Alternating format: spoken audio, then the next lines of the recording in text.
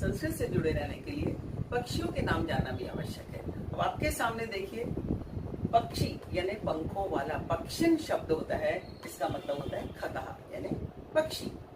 कपोतः कबूतर, हंसः हंस, शुकः तोता, मयूरः मोर, पिकः कोयल, चटका चिड़िया।